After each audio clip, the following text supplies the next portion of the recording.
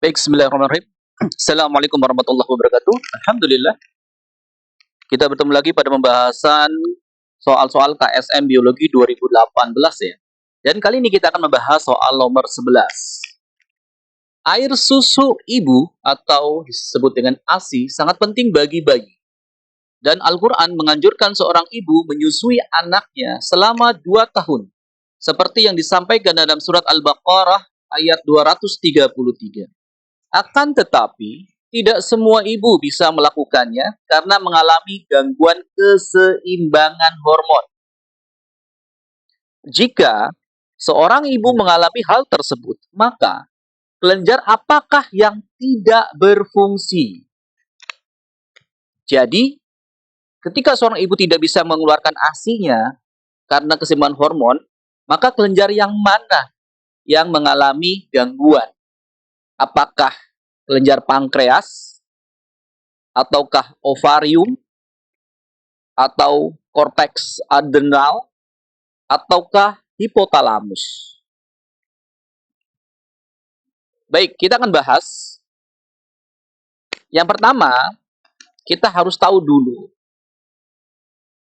bagian-bagian yang terkait dengan proses kelenjar endokrin. Kelenjar endokrin adalah kelenjar yang tidak memiliki saluran ya. Ada kelenjar itu ada dua, ada eksokrin dan endokrin. Kalau yang punya saluran pelepasan namanya eksokrin. Tapi kalau yang tidak punya saluran pelepasan atau buntu disebut dengan endokrin. Nah, jadi dia akan masuk ke sel jaringan tanpa melalui saluran itu endokrin. Dan contohnya adalah hormon. Hormon itu diatur oleh yang namanya hipotalamus. The master of gland.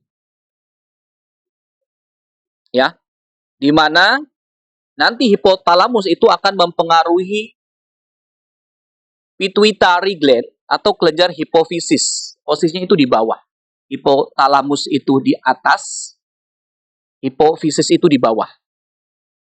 Oke. Apabila terjadi suatu rangsangan atau suatu impuls, ada suatu sinyal yang sampai ke hipotalamus itu akan memberikan sinyal berupa neurohormon menuju ke hipofisis. Nah, hipofisis itu ada dua ya. Ada bagian posterior, ada bagian anterior. Ada bagian depan, ada bagian belakang. Anterior itu depan, posterior itu belakang. Nah, bagian posterior itu ada hormonnya, ada ADH dan oksitosin. Kamu bisa ingat dengan di pos ada oksitosin. Ada itu adalah di pos itu posterior. Di posterior itu ada ADH hormonnya, kemudian ada oksitosin. Jadi ngafalinnya di pos ada oksitosin. Posterior hormon ADH dan hormon oksitosin. Hormon ADH itu terdapat pada tubulus ginjal, khususnya pada tubulus contortus distal. Dan dia fungsinya adalah mengatur produksi urin yang akan dibentuk. Kalau ADH-nya banyak, urin yang terbentuk sedikit. Tapi kalau ADH-nya sedikit, urin yang terbentuk banyak. Dia berbanding terbalik. ADH banyak, urin sedikit. ADH-nya sedikit, urin yang terbentuk banyak. Karena ADH ini menekan pembentukan urin. Jadi kalau yang menekan banyak, urinnya sedikit. Tapi kalau yang nekannya sedikit, urinnya yang terbentuk banyak karena nggak ada yang menekan dengan kuat.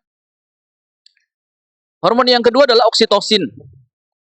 Nah, oksitosin itu berperan dalam proses kontraksi otot uterus dan bekerja pada sel-sel. Ingat ya, kelenjar susu itu pada sel-sel kelenjar susu. Itu oksitosin.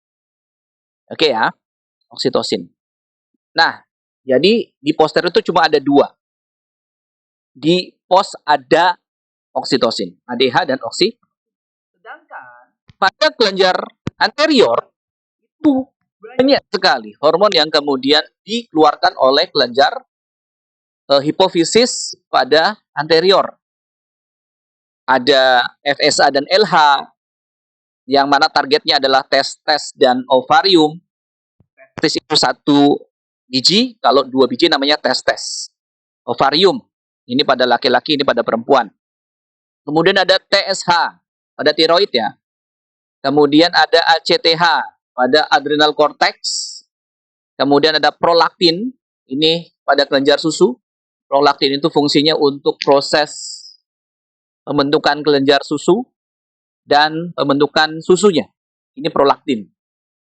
Kemudian ada MSH, ini di kulit untuk membentuk melanin, warna kulit. Dan ada GH, growth hormone, pada hati, tulang, dan jaringan lain.